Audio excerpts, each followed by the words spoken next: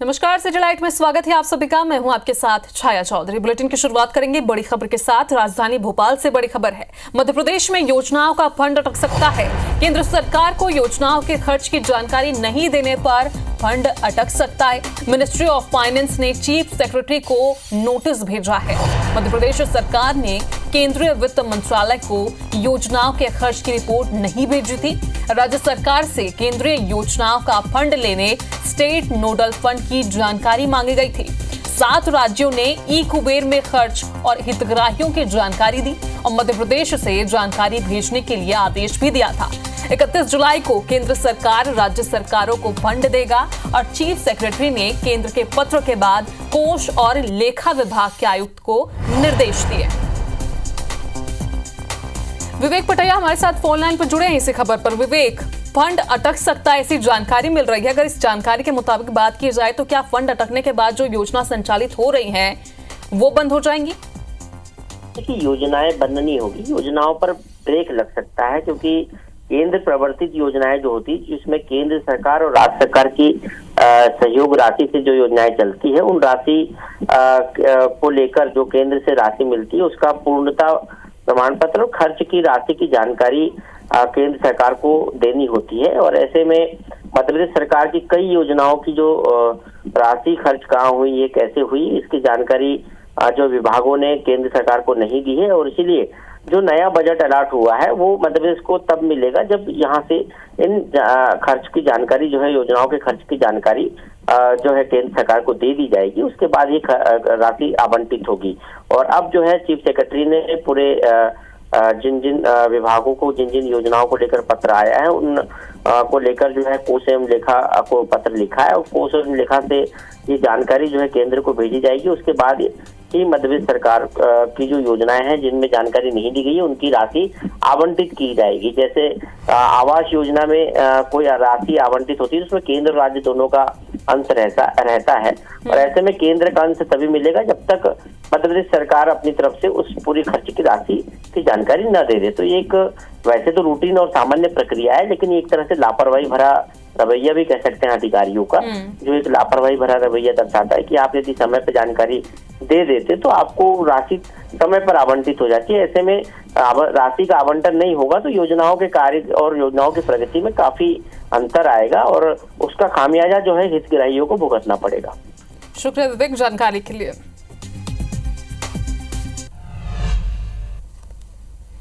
तो वहीं मध्य प्रदेश के सरकारी डॉक्टर्स को बड़ी सौगात मिली है। सरकारी मेडिकल कॉलेजों के जूनियर डॉक्टर्स का स्टाइपेंड बढ़ा दिया गया है। जूनियर डॉक्टर्स को अब 1 अप्रैल 2024 से नया स्टाइपेंड जो लागू हुआ है वो मिलेगा। मानदेय पहले से बढ़ाकर अब डिप्लोमा या फिर पीजी फर्स्ट ईयर को 75,444 रुपए महीने मिलेंगे। वहीं डिप्लोमा पीजी सेकेंड ईयर की अगर बात की जाए तो 77,764 रुपए प्रति महीने उन्हें दिए जाएंगे।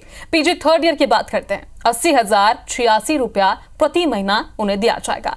इंटर्न की अगर भी बात कर ले तो इंटर्न को भी 13,928 रुपया प्रति महीने दिए जाएंगे। वहीं सुपर स्पेशलिटी डॉक्टर्स को 80,086 रुपया प्रति महीना मिलेगा। सीनियर रेसिडेंट को 88,210 रुपए प्रति महीना और जूनियर रेसिडेंट की अगर बात की जाए तो उन्हें 61,515 रुपए प्रति महीना स्टाइपेंड अब दिया जाएगा।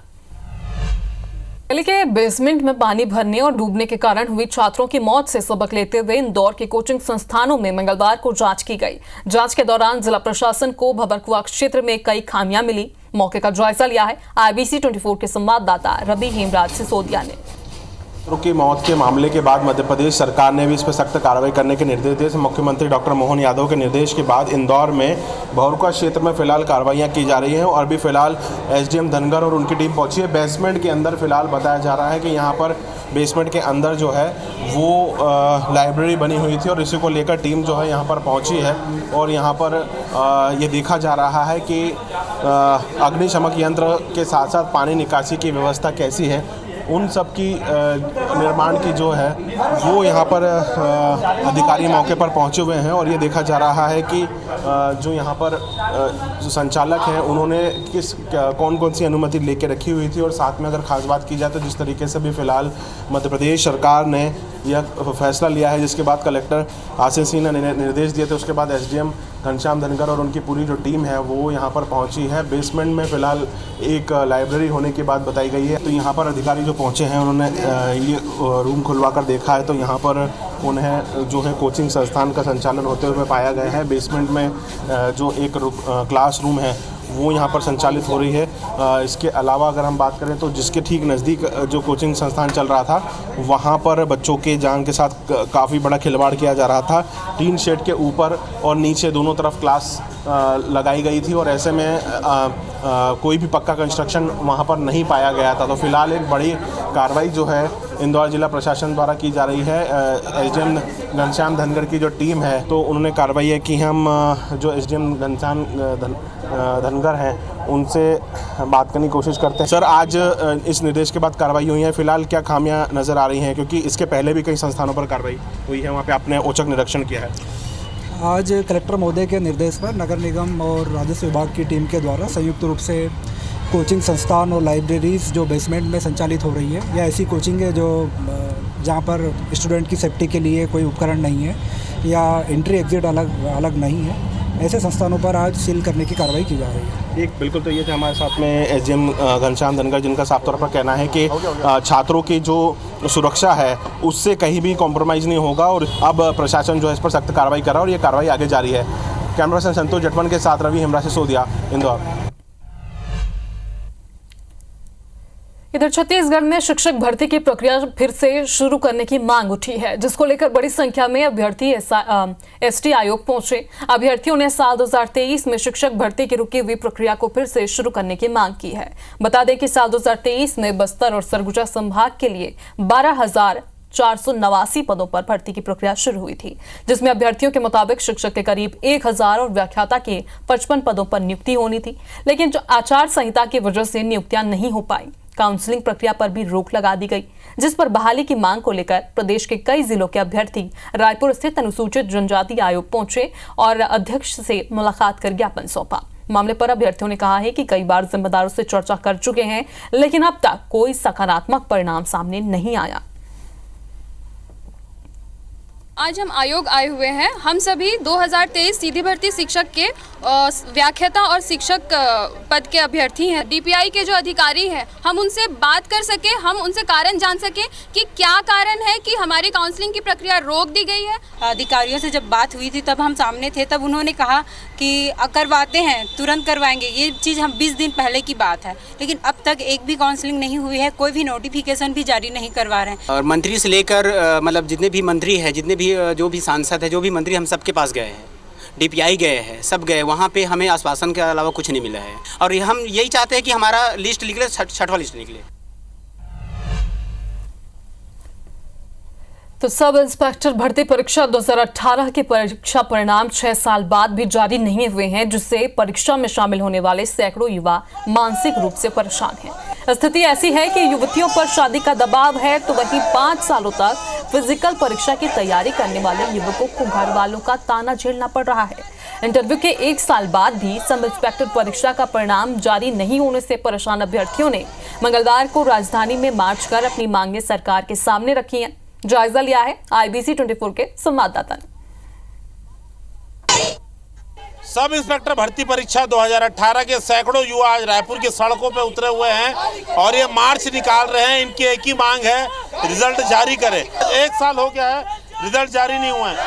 कई बैठक हो गई, कई मुलाकात हो गई, कई आंदोलन हो गए, अभी भी रिजल्ट नहीं निकला। जी बिल्कुल, हम लोग इतने मुलाकात कर चुके हैं, लगभग हर मंत्री से, हर अधिकारी से मिल के आ चुके हैं, फिर भी अधिकारी लोग अभी ये बोल नहीं पा रहे हैं कि एक्चुअल में कब होगा रिजल्ट जारी। हमें तो ये बहुत डाउट है कि आगामी में अभी नगरीय निकाय चुनाव है, पंचायत चुनाव है, कहीं इसके चलते आगे ना टाल दें। इसलिए हम लोग आज पूरे सभी के सभी छत्तीसगढ़ से जितने भी सब इंस्पेक्टर इंटरव्यू देकर बैठे हैं, सब आज यहाँ रायपुर में एकत्र हुए हैं और कैंडल मार्च के माध्यम से उनको ये दिखाना चाहते हैं कि अब और नहीं सही वो रिजल्ट लेके रही वो। अभी क्या मानसिक स्थिति आप लोग की रहती है?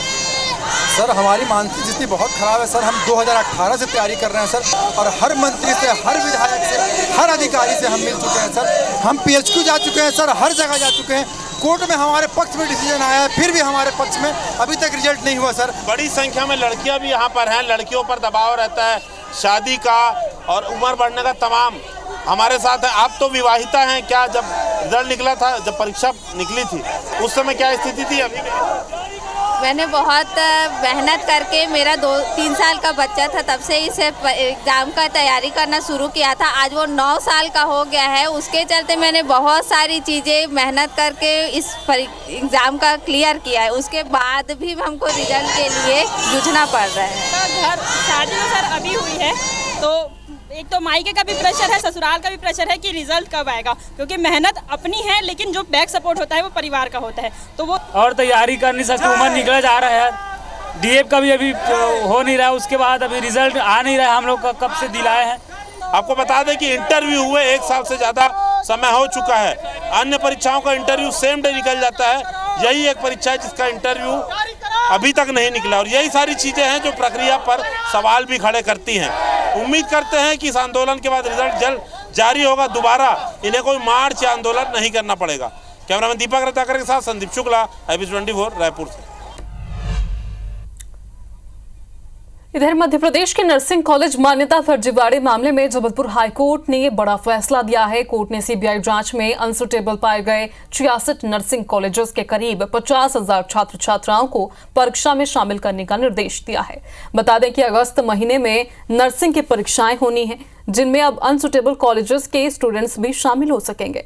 कोर्ट ने ऐसे स्टूडेंट्स के एनरोलमेंट नंबर जारी करने के निर्देश दिए हैं। इधर मामले में कॉलेजेस की सीबीआई जांच जारी है, जिसमें कोर्ट ने 5 अगस्त को अगली सुनवाई तय की है।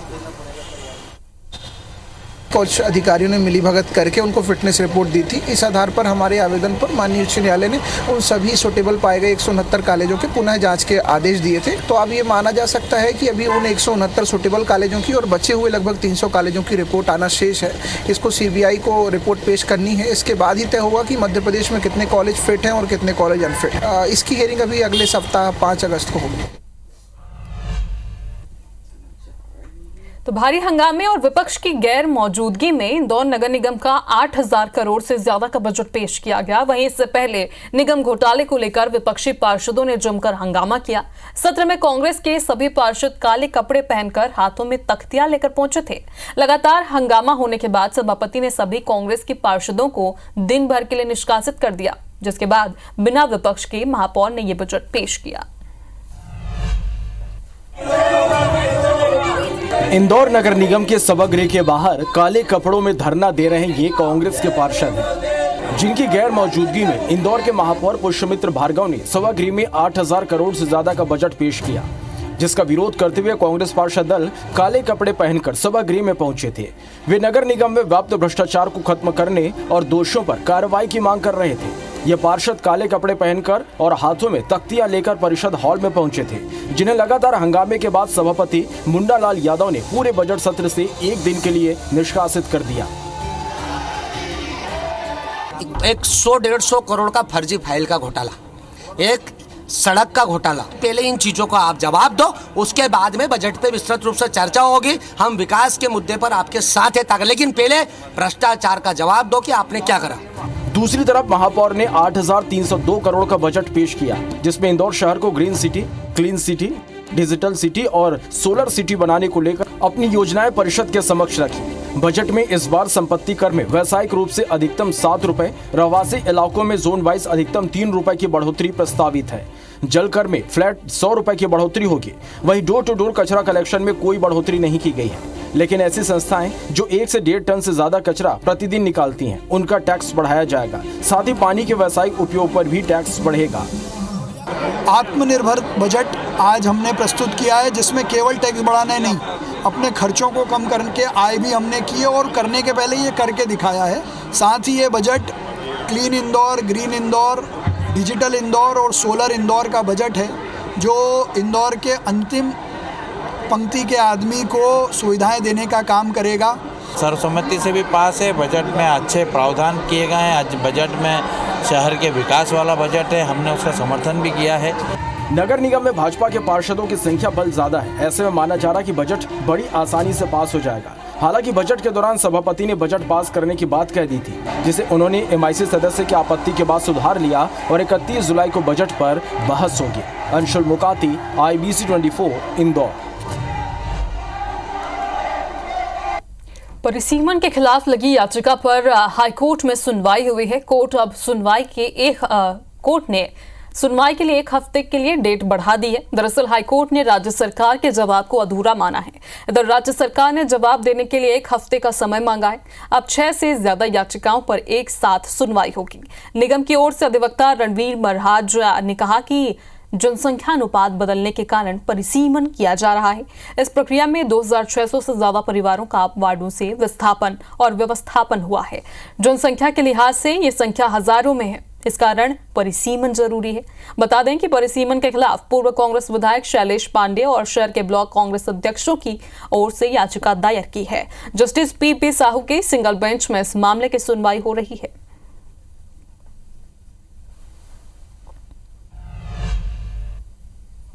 तो वहीं रायपुर से खबर, जिले में पासपोर्ट वेरिफिकेशन के लिए अब लंबा इंतजार नहीं करना पड़ेगा। रायपुर जिले के 31 थाने अब ऑनलाइन हो चुके हैं और पासपोर्ट ऑफिस से सीधे अब आवेदन थाने पहुंचेगा। थाने से वेरीफाई होकर वो सीधे पासपोर्ट ऑफिस जाएगा और 31 थानों को PHQ से ऑनलाइन वेरिफिकेशन के लिए टैबलेट भी दिए गए हैं। वेरिफिकेशन में पहले 10 से 15 दिन का समय लगता था, जो कि अब इतना इंतजार लोगों को नहीं करना पड़ेगा। सीधा जो पासपोर्ट ऑफिस से वेरिफिकेशन के लिए संबंधित थाने चले जाएगा और संबंधित थाने से सीधा यहाँ पर SP ऑफिस आएगा। SP ऑफिस से जो DSB में आएगा, वहाँ से सीधा पासपोर्ट ऑफिस में उसका वेरिफिकेशन फॉर्म चला जाएगा। इससे काफ़ी समय की बचत होगी, क्योंकि पहले ये होता था कि हार्ड कॉपी में सभी थानों को भेजा जाता था, वहाँ से वेरीफाई होके DSB ऑफिस आता था, तो इसमें टाइम लग जाता था। कई बार फॉर्म में लोगों को पता नहीं रहता कि उनका जो घर है वो किस थाने क्षेत्र में, क्योंकि खास करके जो थानों की सीमा में रहने वाले लोगों के लिए आता है। तो यदि गलत थाना उन्होंने फॉर्म में भर दिया है तो संबंधित थाना प्रभारी को यदि लगता है कि वो जो एड्रेस है कि वो दूसरे थाने के अंतर्गत आता है, तो संबंधित थाना प्रभारी जहाँ पर वो पत्र आया है पूर्व में, वो उसमें डायरेक्ट दूसरे थाने को उसको फॉरवर्ड कर सकते। छत्तीसगढ़ के मनोनीत राज्यपाल रमेन डेका अपनी पत्नी रानी डेका काकोटी के साथ मंगलवार को रायपुर पहुंचे। जहां स्टेट हैंगर में मनोनीत राज्यपाल को गार्ड ऑफ ऑनर दिया गया। राज्यपाल का स्वागत छत्तीसगढ़ के पारंपरिक नृत्यों सुआ, कर्मा, डंडा और राउत नाचा से किया गया। स्ट्रीट हैंगर में मुख्यमंत्री विष्णुदेव साय, विधानसभा अध्यक्ष रमन सिंह और मंत्रिमंडल के सदस्यों ने उनका स्वागत किया। इस दौरान मनोनीत राज्यपाल डेका ने कहा कि छत्तीसगढ़ विकास के क्षेत्र में तेजी से उभर रहा है। यहाँ विकास को नए स्तरों पर पहुंचाने का काम किया जाएगा। उन्होंने कहा कि केंद्र और राज्य के बीच फैसिलिटेटर की भूमिका निभाएंगे ताकि प्रदेश का विकास तेजी से हो। छत्तीसगढ़ इज इमर्जिंग स्टेट, विकास का राह पे चल रहा है। हमारा काम है छत्तीसगढ़ गवर्नमेंट और सेंट्रल गवर्नमेंट का बीच में रह के फैसिलिटेटर होना है और विकास का जो गति है वो गति को तीव्र करना है। तो 35 सालों तक रायपुर लोकसभा से सांसद रहे और बीजेपी के ओबीसी नेता रमेश बैस 5 सालों की राज्यपाल की पारी पूरी कर मंगलवार को रायपुर लौट आए हैं। एयरपोर्ट पर पार्टी के सीनियर नेताओं और कार्यकर्ताओं ने फूल मालाओं से उनका स्वागत किया। इस दौरान उन्होंने प्रदेश में सक्रिय राजनीति में लौटने के सवाल पर कहा कि वे साधारण कार्यकर्ता हैं, पार्टी जो काम देगी उसको करेंगे। बता दें कि 2019 में रमेश बैस त्रिपुरा के राज्यपाल बनाए गए थे। उसके बाद झारखंड और फिर महाराष्ट्र जैसे बेहद महत्वपूर्ण राज्यों के राज्यपाल बनाए गए।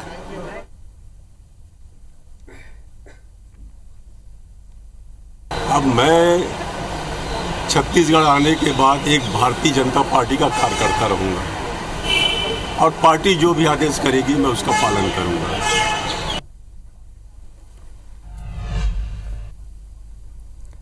तो छत्तीसगढ़ में बढ़ी हुई बिजली दरों के विरोध में स्टील उद्योगपतियों ने अपने उद्योग अनिश्चितकाल के लिए बंद करने का फैसला किया है। हालांकि दरों के बढ़ने को लेकर सरकार का कहना है कि स्टील उद्योगपतियों की सभी गलतफहमियों को दूर कर समस्या का समाधान निकाल दिया जाएगा।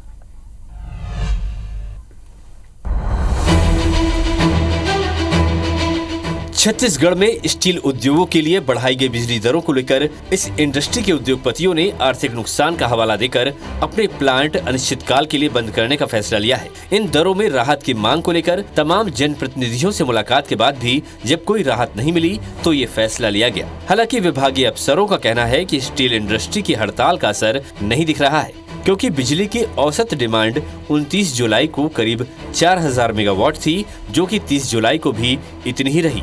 अभी डिमांड हमारी जो है लगभग 4000 मेगावाट के आसपास चल रही है। जब से पानी गिरा है डिमांड रिड्यूस हुई है और अभी 3-4 दिन में कोई भी डिमांड हमारी कम नहीं हुई है और लगातार वही 4000 के आसपास चल रही है डिमांड। अवेलेबिलिटी हमारे पास 5000 के आसपास है। अभी हम बिजली एक्सेस में हैं। दरअसल मौजूदा वर्ष में स्टील उद्योग के ऊर्जा प्रभार को 6 रुपए 10 पैसे प्रति यूनिट से बढ़ाकर 6 रुपए 35 पैसे किया गया है, यानी बढ़ोतरी सिर्फ 25 पैसे की गई है। बिजली कंपनियों की ओर से दी गई जानकारी के मुताबिक उद्योगों को लोड फैक्टर इंसेंटिव के तौर पर दी जाने वाली छूट को पिछली सरकार में 4 साल पहले अचानक 8% से बढ़ाकर 25% कर दिया गया था, जिसके कारण सरकार को राजस्व का नुकसान हो रहा था और उद्योगों को फायदा होने लगा। माना जा रहा है कि चुनिंदा लोगों को फायदा पहुंचाने के लिए पिछली सरकार में ये फैसला लिया गया था। ये भी बता दें कि तब पावर कंपनी की ओर से ऐसा कोई प्रस्ताव विद्युत नियामक आयोग को नहीं भेजा गया था। फिलहाल जारी नए टैरिफ में नियामक आयोग ने लोड फैक्टर इंसेंटिव के तौर पर दी जाने वाली छूट को 25% से घटाकर 10% कर दिया है। मतलब 4 साल पहले की तुलना में उद्योगों को अब भी 2% का फायदा ही मिल रहा है। आयोग के मुताबिक वर्तमान में भी उच्च दाब स्टील उद्योगों को करीब 700 करोड़ रुपए का फायदा मिल रहा है। इस मामले में सीएम विष्णुदेव साय का कहना है कि उद्योगपतियों को कुछ गलतफहमी हुई है, जिसके कारण वो विरोध की बात कर रहे हैं। उनसे बातचीत कर समाधान निकाला जाएगा। बातचीत चल रही है, उसका सॉल्यूशन होगा, लेकिन आप लोगों ने पेपर में पढ़ा होगा जो विद्युत विभाग के अधिकारी वास्तविकता को उजागर किए हैं, कुछ उनको गलतफहमी हो गई है। वहीं इस मुद्दे पर डिप्टी सीएम अरुण साव ने कहा कि दूसरे राज्यों की तुलना में छत्तीसगढ़ में बिजली दरें काफी कम हैं। उद्योगपतियों की समस्याओं पर जल्द फैसला लिया जाएगा। देश के अन्य राज्यों की तुलना में छत्तीसगढ़ में बिजली की कीमत कम है और मैं आग्रह करता हूं अपने उद्योगपति साथियों से कि सरकार के साथ सहयोग करें। छत्तीसगढ़ के उद्योगों के विकास के लिए हम हर प्रकार के रास्ते निकालते हैं। छत्तीसगढ़ में स्टील इंडस्ट्री के लिए बढ़ी हुई बिजली दरों का मुद्दा गरमाया हुआ है। उद्योगपतियों ने जहां प्लांट बंद करने का फैसला किया तो विभाग इसे तर्कसंगत बढ़ोतरी बता रहा है। इस बीच सरकार का कहना है कि उद्योगपतियों से चर्चा कर समस्या का समाधान निकाल लिया जाएगा। Star Jain, IBC 24, Raipur. चलिए इसी के साथ इस बुलेटिन में फिलहाल अभी के लिए इतना ही। आगे देखिए दिन भर की खबरें एक साथ श्रवण तंबोली के साथ। मुझे दीजिए इजाजत। नमस्कार।